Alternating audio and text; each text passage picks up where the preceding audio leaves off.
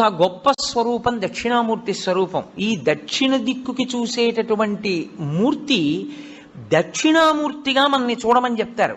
అన్నీ మీకు ఇస్తాడు. కానీ శివలింగం యొక్క దక్షిణానికి చూసేటటువంటి ముఖానికి అఘోరమని పేరు. అది అగ్నిహోత్రానికి అంతటికి అధిష్టానమై ఉంటుంది. ఉండి ఈ సమస్త ప్రపంచాన్ని లయం చేసేది అదే. అందరు జీవుల్ని పడగొట్టి తనలో కలుపుకునేటటువంటి తత్వమున్నటువంటి పరమేశ్వర స్వరూపం దక్షిణాన్ని చూసేటటువంటి అఘోర స్వరూపం. అందుకే శివాలయానికి ప్రదక్షిణం చేస్తే నియమం వేరు. మీరు ఏదో ఇలా తిరగడానికి వీల్లేదు శివాలయంలో.